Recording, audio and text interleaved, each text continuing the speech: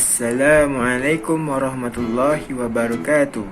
Nama saya Muhammad Afdal bin Harun dari kelas IC 110-3DB. Assalamualaikum, nama saya Muhammad Adam Farhan bin Syazali dan saya daripada kelas IC 110-3D. Bismillahirrahmanirrahim. Hai, Assalamualaikum. Nama saya Muhammad Azri Rahimi bin Alias. Saya dari kelas IC 110 3DB. Dan ini merupakan pembentangan kami untuk subjek IMU 201. Assalamualaikum warahmatullahi wabarakatuh. Hari ini kami akan membentangkan kajian kes tentang syarikat ternama Samsung Group. Pendahuluannya, pengurusan dapat diertikan sebagai kawalan sesebuah kumpulan atau organisasi yang terdiri daripada seorang atau lebih dari seorang yang bertujuan mengkhususkan dan mengharmonikan kumpulan atau organisasi tersebut supaya matlamat yang dicipta dapat dicapai dengan kejayaan. Manakala pengurusan menurut Islam ialah satu pengurusan yang sistematik serta lengkap berdasarkan panduan yang telah dianjurkan oleh Islam berpandukan Al-Quran dan As-Sunnah, meliputi aspek keduniaan dan juga aspek akhirat. Terusnya, latar belakang syarikat Samsung Group. Syarikat ini diasaskan oleh Lee Byung-chul pada tahun 1938. Syarikat ini merupakan syarikat multinational konglomerat yang berpangkalan di Seoul, Korea Selatan. Pada asalnya, syarikat ini memfokuskan kepada perniagaan, penghasilan tekstil, pembuatan kapal dan mesin, dan juga bahan kimia serta beberapa perusahaan lain. Pada hujung tahun 1960 hingga 1980, Samsung Group mula memfokuskan kepada industri elektronik dan juga industri semikonduktor. Pada tahun 1987, Samsung telah berpecah kepada 4 kumpulan perniagaan iaitu Samsung Group, Shinsegae Group, CJ Group dan juga Hansel Group. Bermula pada tahun 1990 hingga ke hari ini, Samsung telah berkembang di dalam sektor elektronik dan semikonduktor dengan jayanya. Seperti yang kita dapat lihat pada hari ini, terdapat banyak gadget-gadget Samsung yang menjadi pilihan rakyat dunia. Dan pada tahun 2020, Samsung berjaya menduduki tempat ke-8 jenama paling bernilai di dunia. Misi dan misi. Misi Samsung Group adalah inspire the world, create the future. Samsung Group telah memilih visi tersebut kerana ianya mempunyai perancangan jangka masa panjang untuk syarikat mereka. Poin kedua adalah ianya merupakan panduan dan rujukan kepada setiap organisasi untuk membuat keputusan pada masa akan datang. Dan poin yang ketiga adalah ianya merupakan matlamat yang boleh dicapai oleh syarikat mereka pada masa yang akan datang. Manakala menurut perspektif Islam, penetapan visi perlulah memberi manfaat kepada manusia dan rahmat kepada seluruh alam di dunia ini.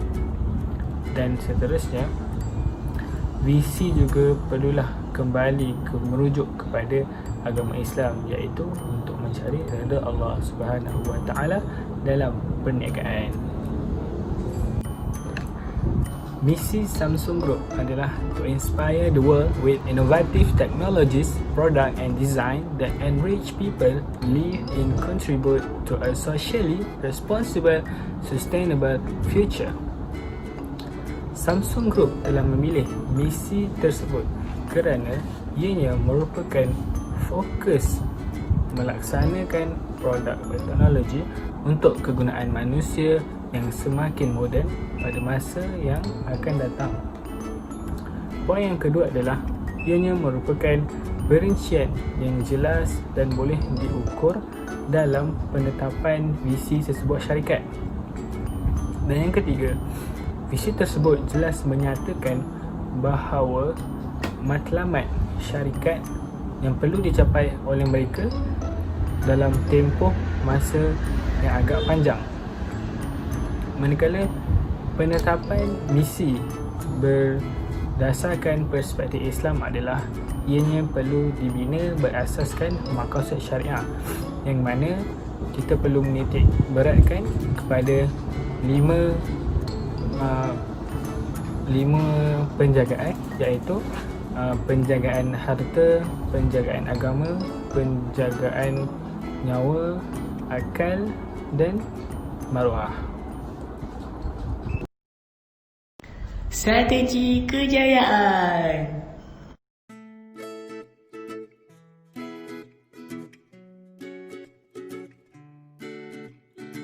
Strategi seterusnya yang dilakukan oleh Samsung ialah dari aspek kepimpinan.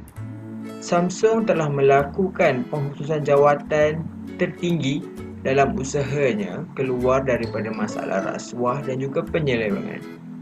Namun, pemimpin yang dipilih tidak berdasarkan spesifikasi yang dianjurkan oleh Islam. Walaupun perkaitan di antara pandangan Islam dan Samsung menunjukkan nilai yang baik, iaitu menolak nilai-nilai buruk seperti rasuah, manipulasi dan penyelewengan di dalam syarikat.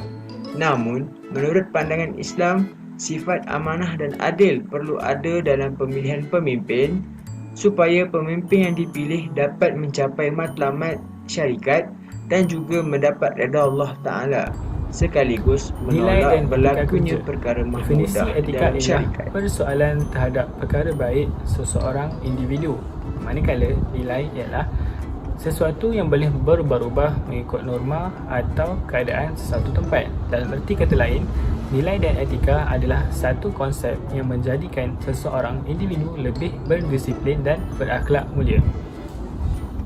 Nilai dan etika Samsung Group. Samsung Group selalu menekankan pengeluaran produk yang berkualiti tinggi bagi menarik lebih ramai lagi pengguna di luar sana menggunakan produk-produk Samsung. Seterusnya, Samsung memberikan sistem masa kerja yang sistematik kepada pekerjanya. Hal ini bagi mengurangkan tekanan dalam bekerja dan membolehkan pekerja melakukan aktiviti lain di luar waktu bekerja. Manakala di sisi perspektif Islam, kita perlulah bekerja bersungguh-sungguh dan ikhlas dalam setiap pekerjaan yang kita lakukan. Hal ini kerana Allah Subhanahu Wa Taala sangat memandang tinggi orang-orang yang bekerja keras. Seterusnya, manusia juga hendaklah melakukan penilaian diri secara berkala terhadap diri mereka.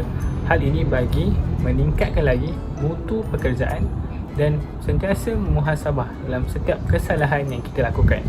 Dan poin yang ketiga ialah manusia hendaklah menyertakan niat dalam setiap pekerjaan. Hal ini bagi membolehkan mereka mendapat pahala kerana mereka niat bekerja kerana Allah.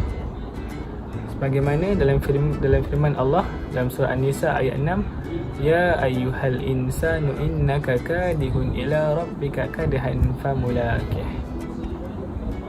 Perancangan strategi seterusnya iaitu perancangan mereka yang pertama, dasar sumber manusia dan teknologi. Okey, dekat sini Samsung Group dia mengutamakan dasar sumber manusia dan teknologi. Al-Hurriyah. Apa Al-Hurriyah tu? Okey, Al-Hurriyah ni ialah kebebasan. Samsung Group ni Al-Hurriyah ni adalah kebebasan kepada pelanggan untuk memilih. Samsung Group ni dia bukan jenis buat phone ni ni untuk orang yang pandai, untuk orang yang pandai sahaja, orang kaya. Mereka buat untuk mereka pelanggan-pelanggan ni akan bebas untuk memilih. Okey, itu bukan yang pertama.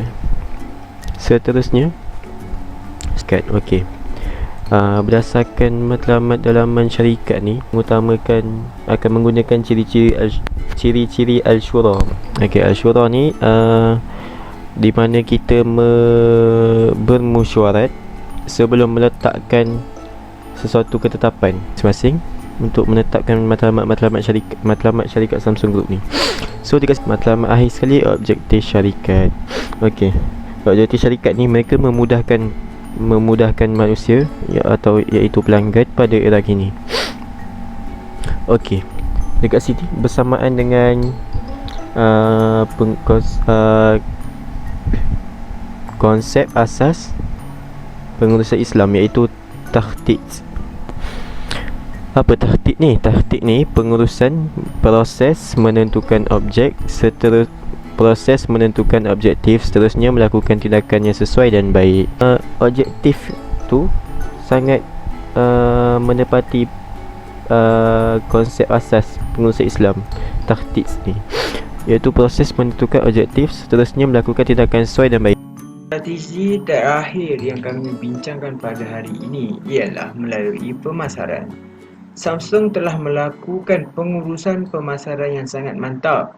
Berkaitannya dengan pandangan Islam sangat berkait rapat, iaitu demi mendapatkan keuntungan dan dalam masa yang sama kualiti barangan memuaskan pengguna, menunjukkan Samsung menjaga hak-hak manusia sebagai pengguna.